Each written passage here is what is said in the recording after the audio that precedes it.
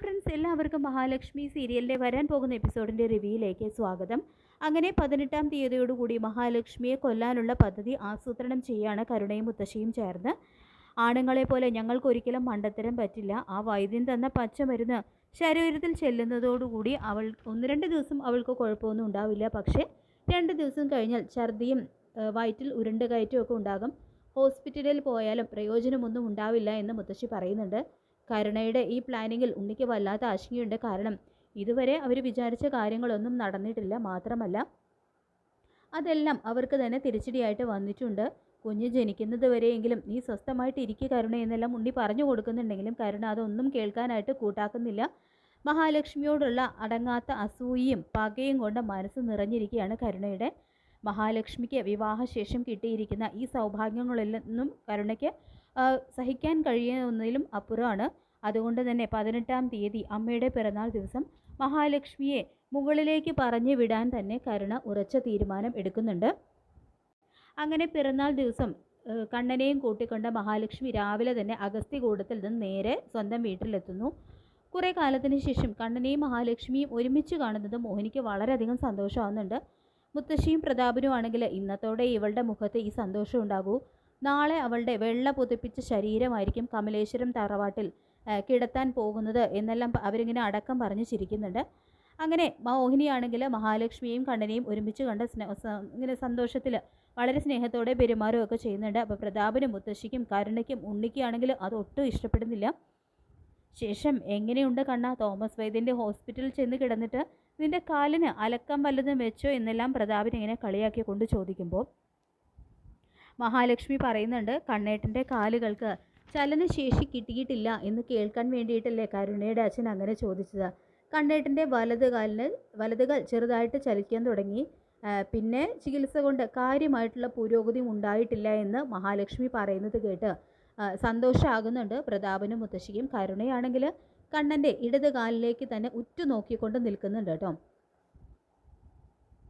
പിന്നീട് മോഹിനി മഹാലക്ഷ്മിയെ അകത്തേക്ക് വിളിച്ചുകൊണ്ട് പോവാണ്. എന്നിട്ട് ചോദിക്കുന്നുണ്ട്, ഇപ്പം എങ്ങനെയുണ്ട് മോളെ, കണ്ണൻ്റെ ചികിത്സ കൊണ്ട് അന്നത്തേതിനേക്കാൾ കൂടുതൽ മാറ്റം എന്തെങ്കിലും ഉണ്ടായോ എന്ന് ചോദിക്കുമ്പോൾ ഉണ്ടമ്മേ, കണ്ണേട്ടനെ ഇപ്പോൾ ചെറുതായിട്ട് വീൽ ചെയറിൽ നിന്നും എഴുന്നേൽക്കാൻ കഴിയും. ഞാനത് അവിടെ വെച്ച് പറയാതിരുന്നത് കരുണയുടെ അച്ഛനും മുത്തശ്ശിയൊക്കെ ഉള്ളത് കൊണ്ടാണ് എന്നെല്ലാം മഹാലക്ഷ്മി പറയുമ്പോൾ അമ്മയ്ക്കിത് കേട്ടാൽ മതി മോളെ, അമ്മയ്ക്ക് ഒരുപാട് സന്തോഷമായി. ഇനി അമ്മ ആഗ്രഹിക്കുന്നത് പോലെ മോളുടെ ഒരു കുഞ്ഞിനെ ഉടനെ തന്നെ അമ്മയ്ക്ക് ലാളിക്കാൻ കഴിയുമെന്നെല്ലാം പറഞ്ഞുകൊണ്ട് മോഹിനി മഹാലക്ഷ്മിയെ ചേർത്ത് പിടിക്കുന്നുണ്ട് കേട്ടോ. ശേഷം കരുണയും മുത്തശ്ശിയാണെങ്കിൽ അവിടെ തയ്യാറാക്കി വെച്ചിരിക്കുന്ന പായസത്തിൽ ആരും കാണാതെ ആ വൈദ്യൻ കൊടുത്തുവിട്ട വിഷം കലർത്തുന്നുണ്ട്. പക്ഷേ എല്ലാ തവണത്തെയും പോലെ ദൈവത്തിൻ്റെ ഇടപെടൽ കൊണ്ട് തന്നെ മഹാലക്ഷ്മിക്ക് ഒരു പോറൽ പോലും ഒന്നും സംഭവിക്കുന്നില്ല. പക്ഷേ മഹാലക്ഷ്മിയെ ചതിച്ച് കൊലപ്പെടുത്താൻ നോക്കിയ കരുണ തന്നെയാണ് ആ പായസം കഴിക്കുന്നത്.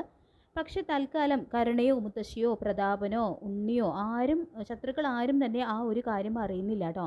അങ്ങനെ അവരറിയാതെ തന്നെയാണ് ആ ഒരു പായസം കരുണയുടെ ശരീരത്തിനകത്തേക്ക് ചെല്ലുന്നത്. ആ പായസം, വിഷം ചേർത്ത പായസം കരുണ കഴിക്കുന്നത്. ശേഷം അങ്ങനെ എല്ലാത്തിനും ഒടുവിൽ കരുണ പറയുന്നുണ്ട്, ഇത്തവണ നമ്മൾ വിചാരിച്ചതുപോലെയൊക്കെ നടന്നു മുത്തശ്ശി. ആണുങ്ങൾ വിചാരിച്ചിട്ട് നടക്കാത്ത കാര്യം നമ്മളെ കൊണ്ട് സാധിച്ചെടുക്കാൻ കഴിഞ്ഞു എന്നെല്ലാം കരുണ വളരെയധികം അഹങ്കാരത്തോടു കൂടി പറയുമ്പോൾ ഇതുപോലെ എന്തെങ്കിലും മുൻപ് തന്നെ ചെയ്താൽ മതിയായിരുന്നു.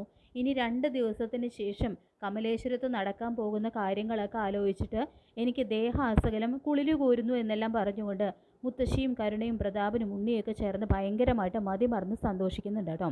1-2 ദിവസത്തിനുള്ളിൽ തന്നെ മഹാലക്ഷ്മിയുടെ മരണം എന്തായാലും ഉണ്ടാകും എന്ന് തന്നെ ഉറപ്പിക്കുന്നു. അവർ വേഗം തന്നെ മേഘനയും വിളിച്ച് കാര്യം പറയുന്നുണ്ട്. അപ്പോൾ മേഘനാണെങ്കിലും ഇത്തവണ എന്തായാലും വിചാരിച്ച പോലെ കാര്യങ്ങളൊക്കെ നടന്നു. ഇനി കണ്ണൻ്റെ കാലുകൾക്ക് ചലനശേഷി കിട്ടിയിട്ടുണ്ടെങ്കിലും പ്രത്യേകിച്ച് കുഴപ്പമൊന്നുമില്ല. മഹാലക്ഷ്മിയുടെ മരണം സംഭവിക്കുന്നതോടുകൂടി തന്നെ കണ്ണന് കാലിന് ചലനശേഷി കിട്ടിയിട്ടുണ്ടെങ്കിൽ അതും തളർന്നു പോകും, വീണ്ടും പഴയ അവസ്ഥയിലാകും എന്നാലോചിച്ച് സന്തോഷിക്കുകയാണ്.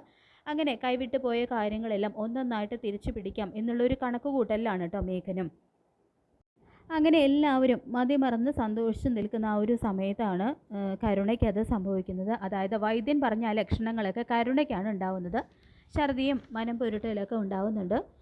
ഇനി അവൾക്ക് പകരം, അപ്പോൾ എല്ലാവർക്കും ഭയങ്കരമായിട്ട് ആശങ്കപ്പെടുന്നുണ്ട് കരുണയ്ക്ക് ഇങ്ങനെ സംഭവിച്ചതിൽ.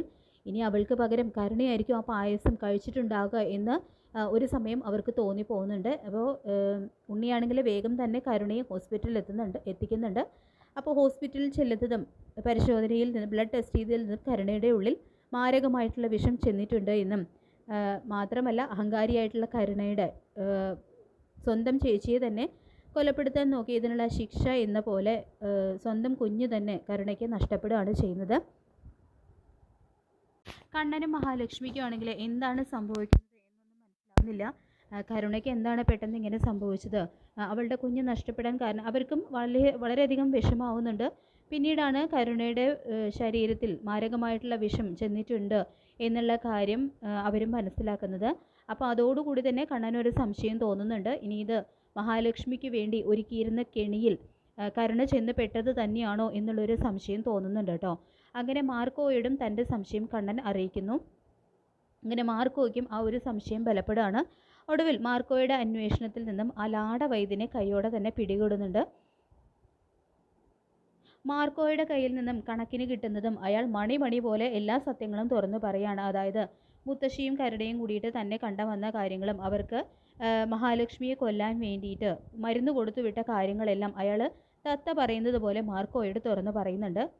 അങ്ങനെ മാർക്കോ വഴി കണ്ണനും മഹാലക്ഷ്മിയും യഥാർത്ഥ സത്യം എന്താണ് എന്നുള്ള കാര്യം മനസ്സിലാക്കുകയാണ്. അപ്പോൾ കണ്ണനാണെങ്കിൽ സത്യങ്ങൾ അറിയുന്നതും ദേഷ്യം കൊണ്ട് വിറയ്ക്കുകയാണ് കേട്ടോ.